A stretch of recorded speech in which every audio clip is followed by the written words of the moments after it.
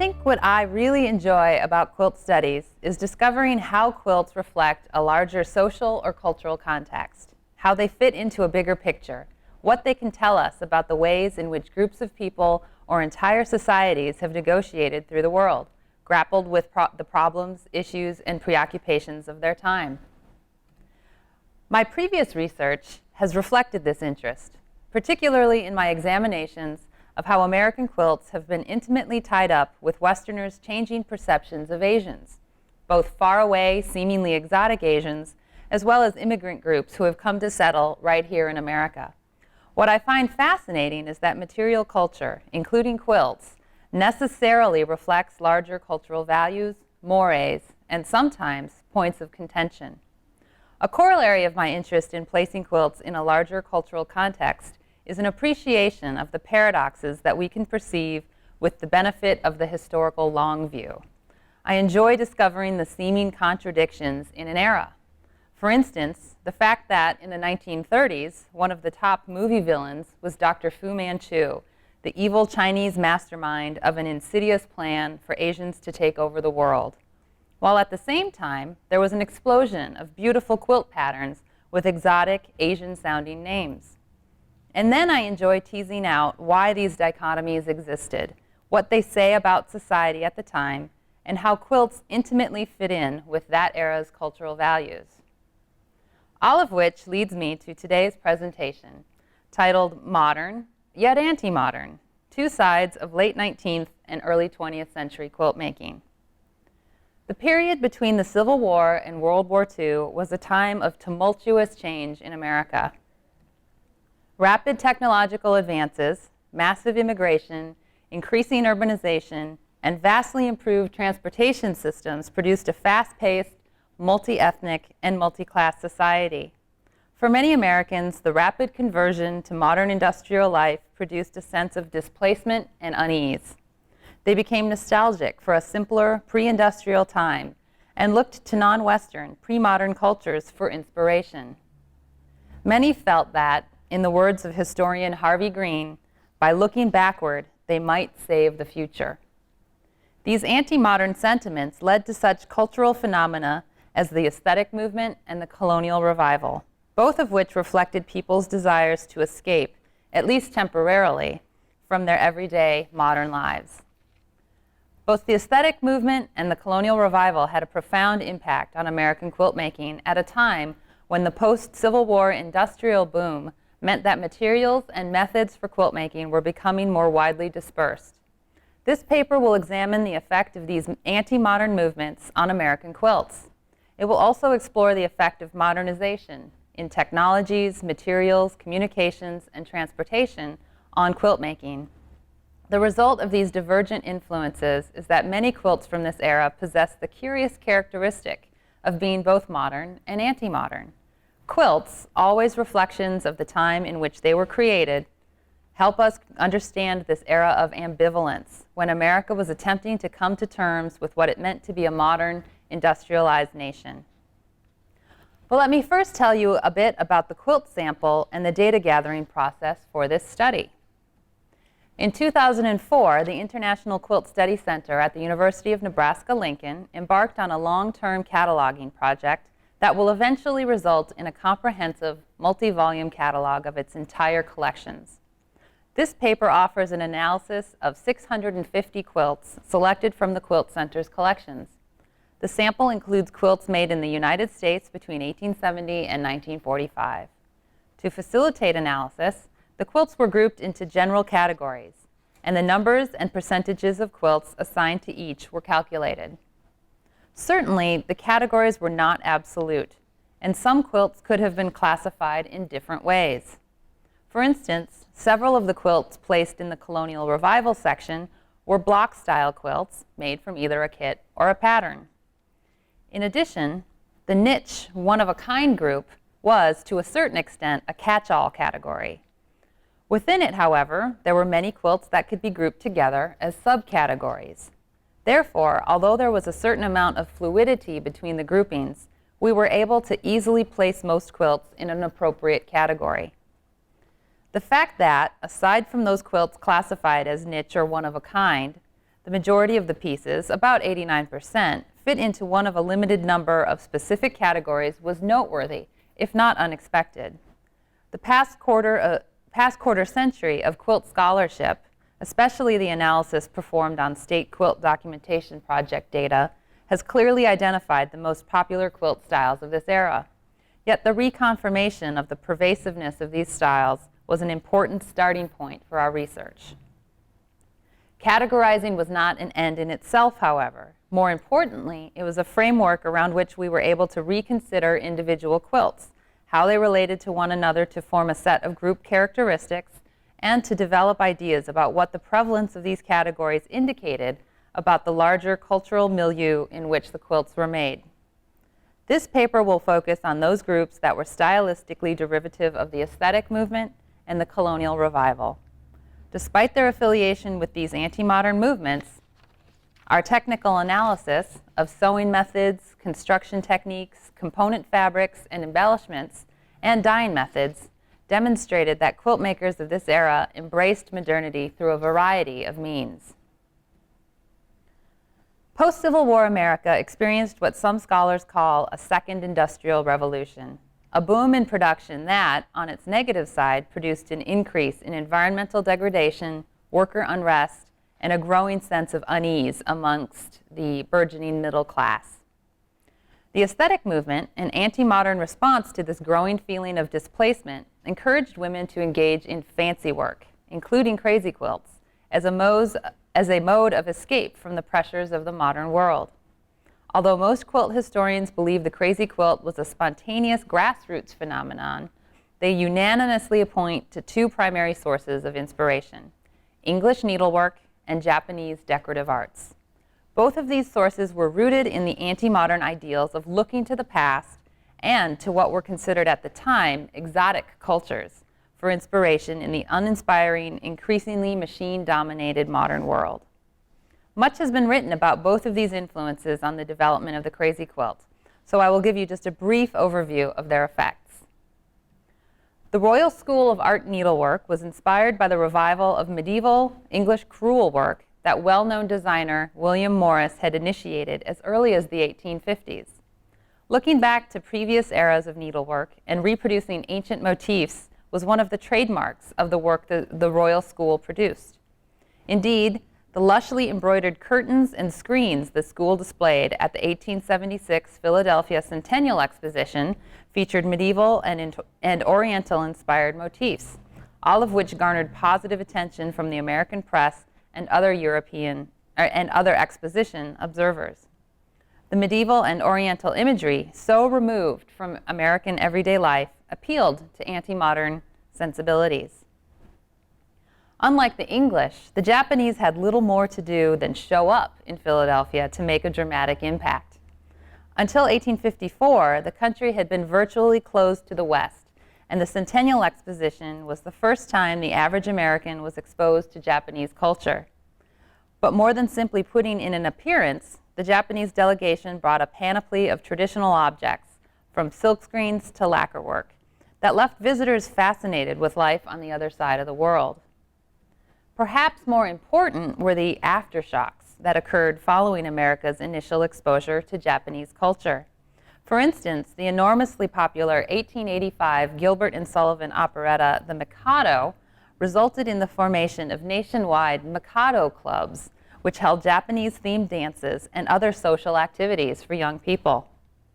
Additionally, Japanese novelty stores became widespread in major U.S. cities and helped further the public's appreciation of decorating in the Japanese style. These stores, popular from the 1880s through the early 20th century, sold exotic goods, not only from Japan, but from China and India as well. The Asian art and objects purchased at these stores were viewed as natural, yet sophisticated, ornate, yet sincere, and exotic, yet morally uplifting, a mix of contradictory characteristics typical of the aesthetic movement. One reason the style was so popular with American women was the wide variety of appealing imagery typically incorporated into a crazy quilt. Japanese motifs such as fans, cranes, butterflies, and swallows frequently were popular, as were characters and scenes from the Mikado. Intricately embroidered flowers, insects, animals, and fruits represented an idealized natural world to which one could escape. Kate Greenaway characters and other children's book or fairy tale figures implied a carefree, innocent childhood, in keeping with the precepts of the cult of domesticity, the Victorian idealization of home life. Oscar Wilde, like the Crazy Quilt, symbolized the aesthetic movement's embrace of the exotic, the ornate, and the belief that a beautiful home could be uplifting and transformative. Novelist, playwright, arbiter of taste, and the proponent of the idea of art for art's sake, Wilde toured the United States in the early 1880s, lecturing on aestheticism and the decorative arts. One quilt in the Quilt Center's collection reveals the influence of that nationwide tour on makers of crazy quilts. A detailed embroidered profile portrait of Wilde adds a true aesthetic pedigree to an otherwise ordinary crazy quilt. The Colonial Revival, though also born out of fears of industrial progress, reacted against the eclecticism of the aesthetic movement and moved away from the lavish, foreign-inspired decoration of the 1870s and 1880s. Unlike the aesthetic movement, which began in England, the Colonial Revival was a purely American phenomenon, an idealized reconception of the country's colonial past. In reality, however, the movement referenced not only American culture prior to independence, but the larger pre-industrial era of the first part of the 19th century. It is difficult to assign a beginning date for the Colonial Revival period.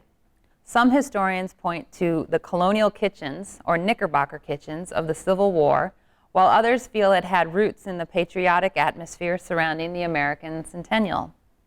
Many historians cite the 1893 Columbian Exposition's emphasis on classical and colonial architecture as the genesis of the movement.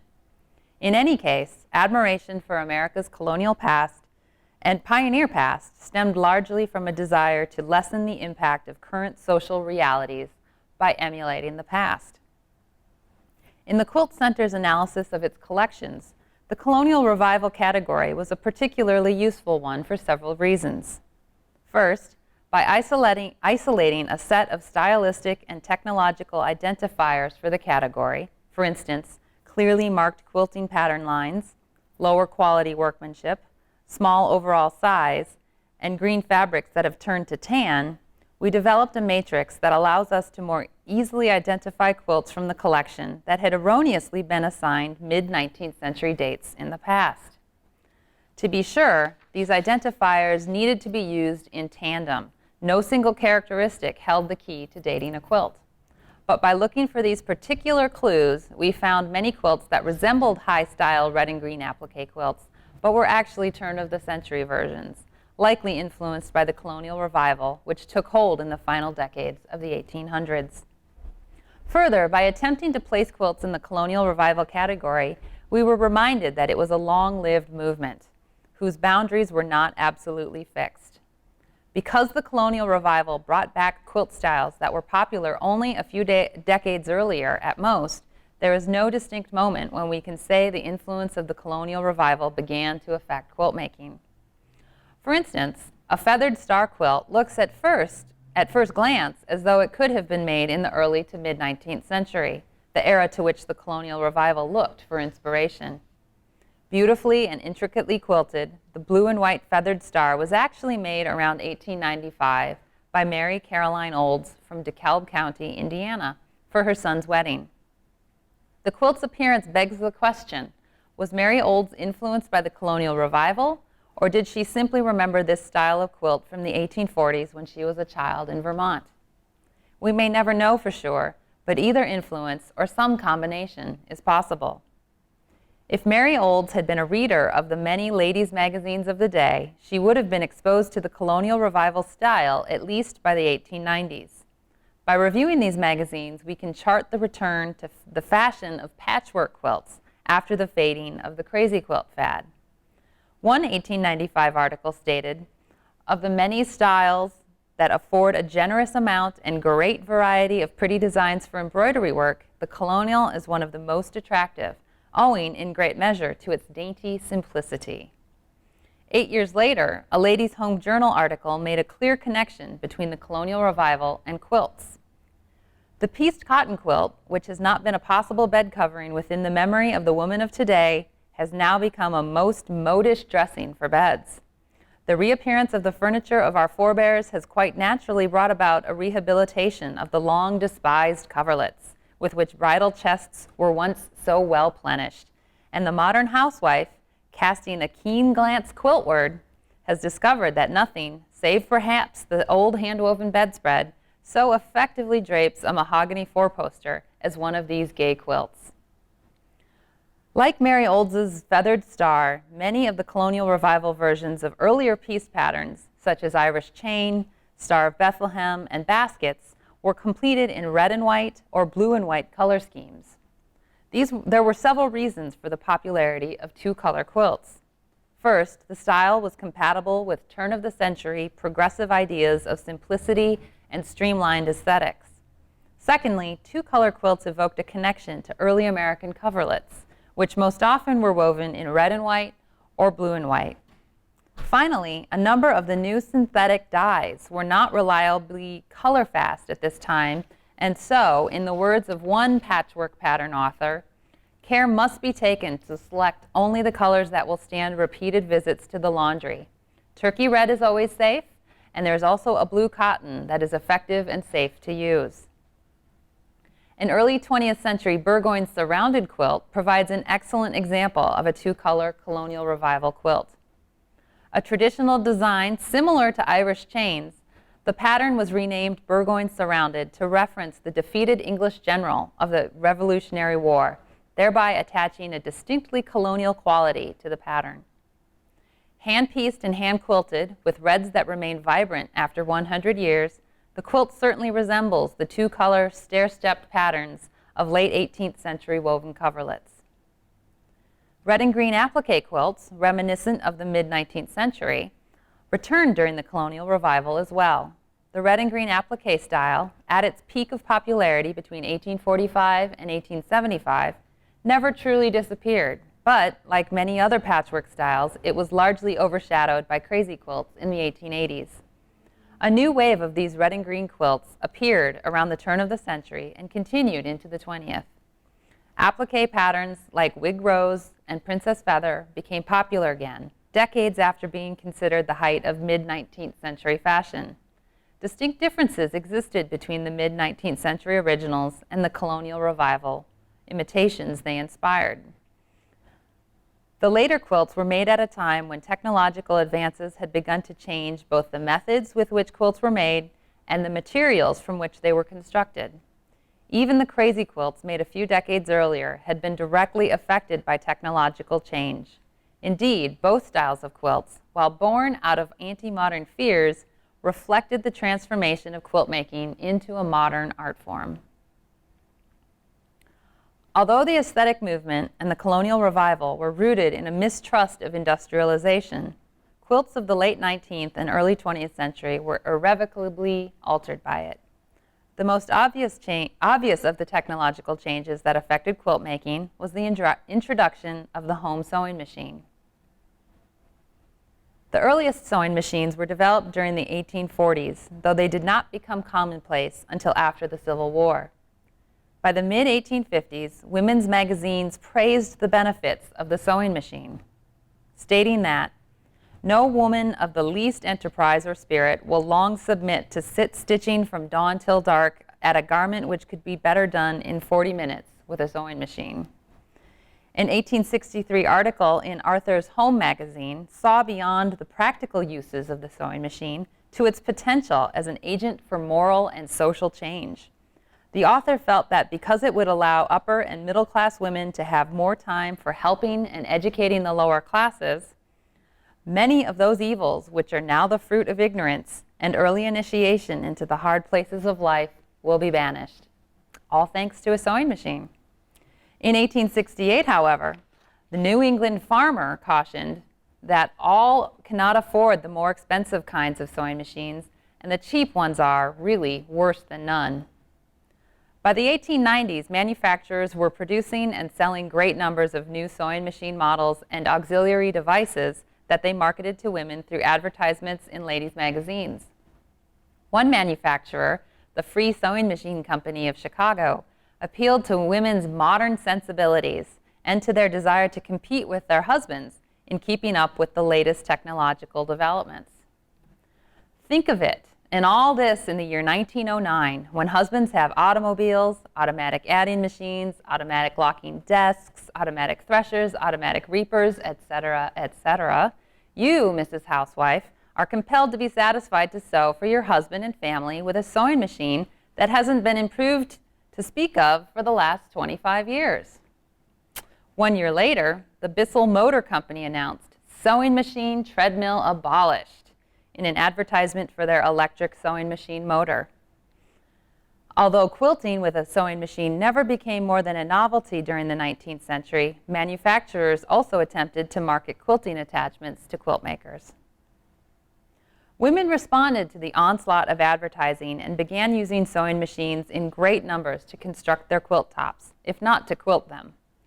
Analysis of the quilts in this study demonstrates that post-Civil War quilt makers quickly adopted the sewing machine. Of the quilts made between 1865 and 1900, about 40% have some kind of machine stitching. Of those made between 1901 and 1940, 60% contain machine stitching. It's not surprising that 80% of Colonial Revival style quilts, which were made from the late 19th century well into the 1940s, display machine stitching. What is remarkable, however, is that 73% of crazy quilts, with their strong association with handwork, show some amount of machine stitching. One quilt, made around 1885, at the height of the crazy quilt fad, illustrates the juxtaposition of anti-modern imagery with modern techniques and materials. It was likely constructed as a table cover, measuring only 60 inches wide and 90 inches long, and adorned with pom-pom tassels on each of the short ends. It displays the fanciful and abundant imagery typical of crazy quilts: idealized Kate Greenaway-style children, exotic Japanese paddle fans, Egyptian-esque lotuses, and lush flowers and greenery. And yet, many of the images were not products of an individual's hand, but were manufactured by a machine. Pre-embroidered decals, lithographed patches, and pre-painted applique panels were stitched onto foundation blocks by hand and then pieced together with a sewing machine. The borders were also attached by machine, and the backing fabric is a machine-quilted, multi-layered silk, likely manufactured as a coat lining. Another later crazy quilt humorously illustrates the use of ready-mades in quilts. Its components are deconstructed knit garments: a V-neck sweater, an argyle vest, a pink cardigan, a pair of gloves, and most interesting, a man's one-piece swimsuit. The red and blue striped swimsuit, circa 1930, has been cut apart into its separate front and back halves. The tag along the neckline reads, 100% all-wool worsted, Sears, Roebuck and Company. Ready-made garments were not widely available until after the Civil War, and even then, many women still sewed some of the simpler garments their families required. By the early 20th century, however, most of a family's clothing needs could be obtained at department stores or through mail-order catalogs, including swimsuits. Swimsuits for the whole family began to appear in catalogs in the early 1920s. The 1931 edition of the Sears Roebuck catalog features a whole page of bathing suits for men, women, and children, ranging in price from $1.75 to $4.89. While the crazy quilt aesthetic may have attempted to deny the machine influence, this quilt's recycled and reconfigured ready-made garments belie its anti-modern roots. One might expect that log cabin quilts would also contain a large amount of machine stitching, since foundation piecing can easily and quickly be performed on a machine. But the blocks in over 80% of the log cabin quilts in the sample were sewn entirely by hand. Perhaps quilt makers who enjoyed handwork, those who were more traditional and less likely to adopt new technologies, were particularly drawn to the log cabin pattern. Another possibility emerges from a close examination of the quilts themselves. At least 13 log cabin quilts in the study sample were made with large number of logs cut from fabrics on the bias rather than along the grain. Frequently, this technique appears to be used for visual effect. Striped and plaid fabrics are transformed into dynamic diagonal designs, often giving a barber pole appearance. Because the fabric can easily shift when working against the grain, piecing fabrics on the bias is most successfully performed by hand. Machine stitching is readily apparent in other areas of log cabin quilts than the blocks, however. Often, a machine was used to sew the blocks together and to add the binding, and of all the completed quilts in the sample, nearly 60% have backings that were stitched together by machine. The increased use of the sewing machine in quilt making coincided with the rising popularity of the pieced block-style quilt. In the first half of the 19th century, applique quilts, either in a center medallion or album format, were more common than pieced block-style quilts. Block-style patchwork, however, lent itself well to machine sewing, since the long seams connecting the individual blocks together could quickly be sewn by machine. Nearly 75% of the quilts in the sample were predominantly pieced, with about 25% falling in the pieced block-style category. And in fact, the percentage would be closer to 40% if we counted the block-style quilts that were put into the Colonial Revival, log cabin, and kit or pattern categories. While it was generally easier and faster to make a quilt with a sewing machine, quality often suffered. Frequently, women were not proficient enough with their machines to sew the small pieces of fabric together precisely, resulting in quilts that would not lie flat. Appliquing with a sewing machine required considerable skill, and surviving examples with frayed edges and clumsy shapes testify to the maker's lack of experience. When it came to quilting, hand sewing was still preferred, but the quilts from around the turn of the 20th century often exhibit sparser and less accomplished quilting than those of earlier times. The use of string, yarn, or thread ties instead of quilting is quite common in this era as well, particularly in log cabin and crazy quilts. Indeed, 48% of log cabins and 69% of crazy quilts in the sample are either tied or completely unquilted. The widespread use of sewing machines around the turn of the century, when many quilt makers' machine sewing skills were still developing, produced a distinctive look in many quilts that today can help link them to this era. Advances in synthetic dye production radically changed the dyeing and printing processes for fabrics used in quilts. Although the first synthetic dye was discovered in 1856, it was not until the late 1860s that fabric coloration was greatly affected. Scientists developed processes for the production of synthetic alizarin, the primary colorant in natural madder root, changing the way a wide range of colors was achieved. The madder style, a combination of oranges, reds, chocolate browns, and blacks, favored since the 1850s, remained popular into the 1870s. These colors were also common among the oriental rugs, cashmere shawls, and other exotic textiles associated with the aesthetic movement. In 1894, indigo was synthesized, and by the early 1900s, synthetic indigo had largely replaced its naturally occurring counterpart. The turn-of-the-century progressive movement preference for clean, spare design was aided by the wide commercial availability of synthetically dyed fabrics and yarns in blue and red, many of which were wash and light fast. Two-color quilts, including those in the colonial style and redwork style, were among the most popular in the years immediately preceding and following 1900. Some synthetic dyes, however, were not as successful as the turkey reds and indigos. One dye in particular, invented in 1884 and called Congo Red, had notoriously poor wash and light fastness. Although it looked like the desirable turkey red when new, it faded to a peachy tan. A quilt in the hands all around pattern, made around 1900, shows what could happen when a quilt maker mixed different red fabrics in one quilt. The stunning red and white color scheme is marred by a single piece of peach-colored fabric dyed with Congo red or another equally undependable formulation. Many synthetic green dyes from the last quarter of the 19th century were also unreliable. They faded to shades of tan. Consequently, some turn-of-the-century Colonial Revival red and green applique quilts, those whose reds have withstood the test of time, have become red and khaki. In fact, 16 of 93 quilts, or 17%, that are categorized as Colonial Revival quilts exhibit this phenomenon, while 11% of all of the quilts in our sample made between 1880 and 1910 include a green fabric that has faded to khaki.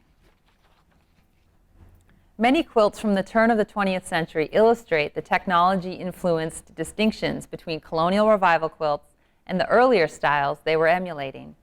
For instance, a wreath quilt made about 1900 displays not only color changes from synthetically dyed fabrics, but also the flaws that could result from ill-trained sewing machine usage and less than perfect hand sewing skills.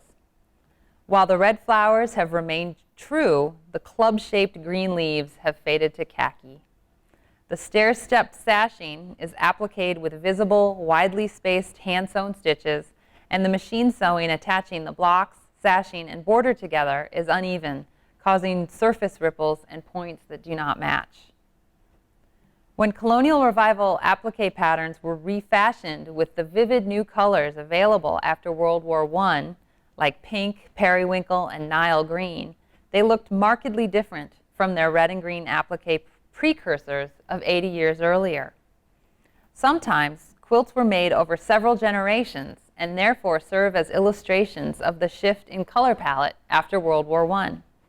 One such quilt was begun around 1900 and finished in 1965, representing the work of 4 generations of women. Family tradition states that Mary Adams Abercrombie of Lincoln County, Nebraska, pieced the circular motifs sometime before 1907, and that her daughter, Ella Abercrombie Harnan, set them into red blocks at a later date. Some of the motifs, however, contain both neon, eccentric prints, typical of the 1890s, as well as pink, purple, and green Easter egg prints of the 1920s and 1930s, suggesting that Ella, the daughter, supplemented her mother's blocks with some of her own.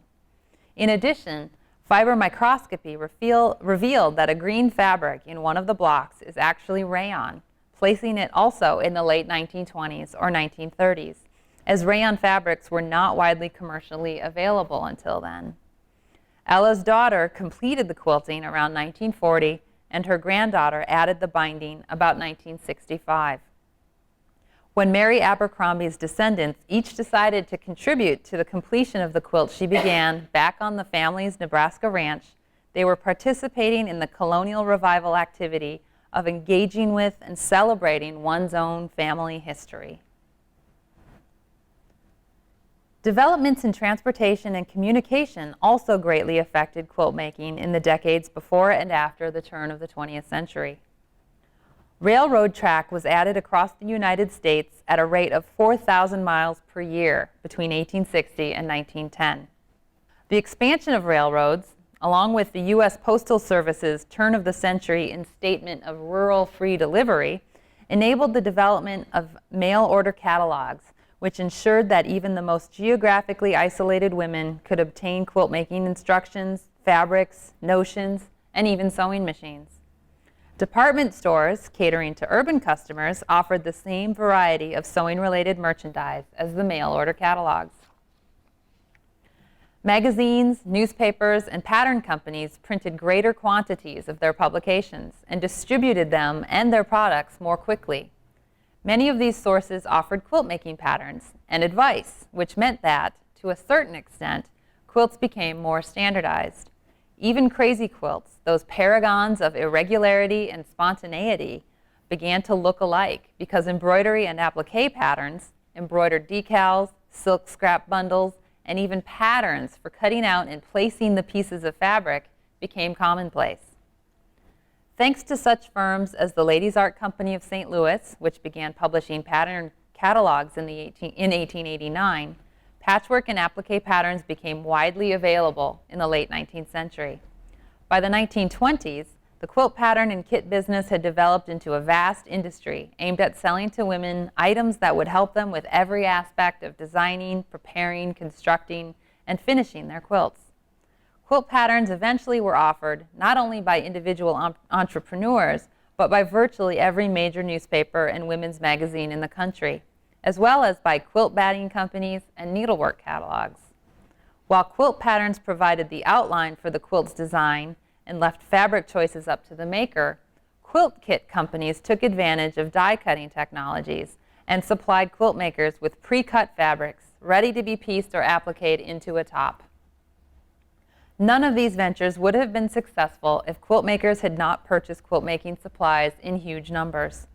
Quilt makers enthusiastically adopted a range of technological developments, from the sewing machine to new fabric colors to mass-produced quilt patterns and kits, all of which changed the way quilts were made and the way they looked. The quilt pattern and kit phenomenon of the 1920 to 1940 period provides evidence that women, and by inference American society, had truly acclimated to the modernized world. Instead of rejecting the cookie-cutter aesthetic of machine-produced quilt kits, as their grandmothers might have done, they embraced it as a sign of modernity and progressivism. Paradoxically, the style that remained the most popular for quilts well into the 1940s was the colonial.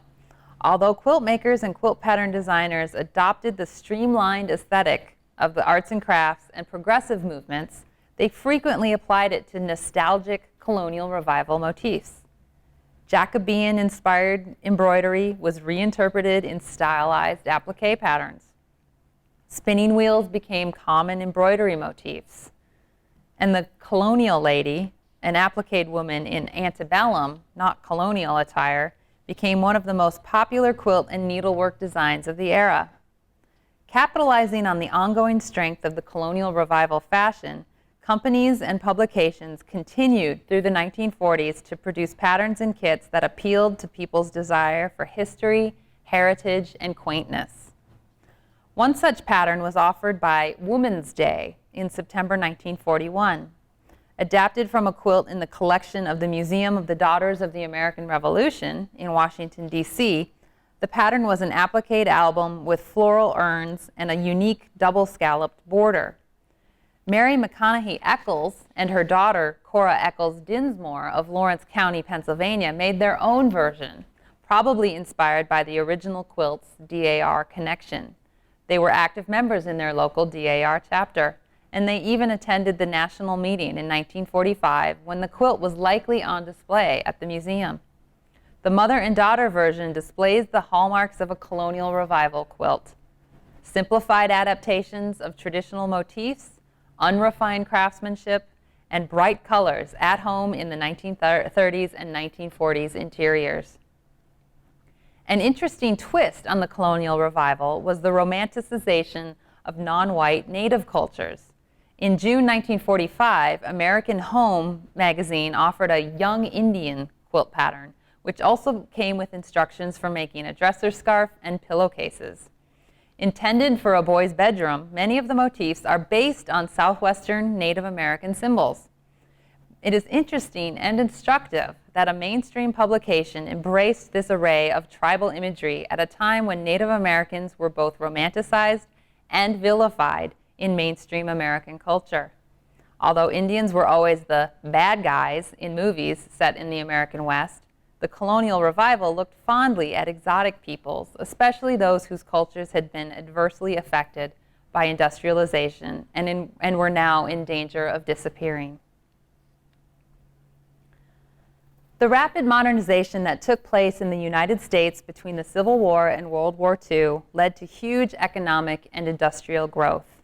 It also produced social unrest, a faster pace of life, and an increasingly urban landscape.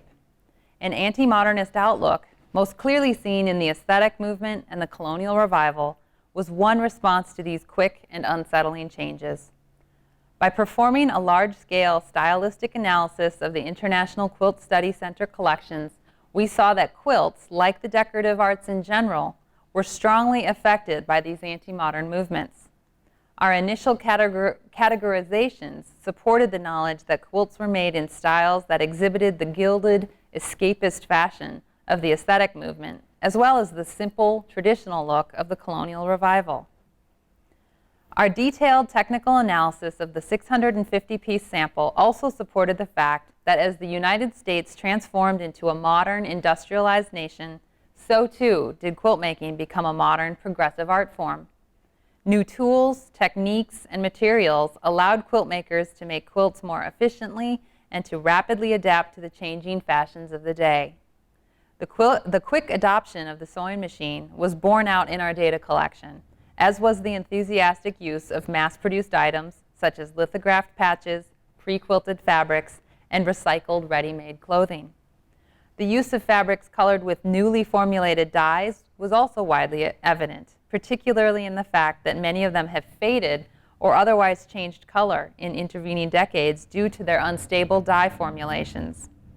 We also documented the plethora of Colonial Revival quilts constructed from mass-produced kits. Most importantly, our analysis led to a more nuanced picture of this important era of American quilt making. Some crazy quilts were completed entirely by hand, while others displayed a variety of machine-produced stitching and embellishments. Colonial Revival quilts could sometimes be identified by characteristics such as poor workmanship and fabrics colored with unstable dyes, but others made in the Colonial Revival era appeared as though they could have been made 100 years earlier. Certain patterns we assumed would most often have been constructed by machine, log cabin blocks for instance, were more frequently hand-sewn. In other words, we could not simply rely on style and date categorizations. Instead, each quilt provided its own detailed snapshot of this complex era. Although the technological advances and anti-modern sentiments that simultaneously shaped American quilt making in the years between the Civil War and World War II may seem to contradict one another, they actually embody the paradoxes inherent in the process of becoming a modern nation. Our sample group bore out these contradictions, providing compelling examples that combine both a modern and an anti-modern sensibility. Thank you.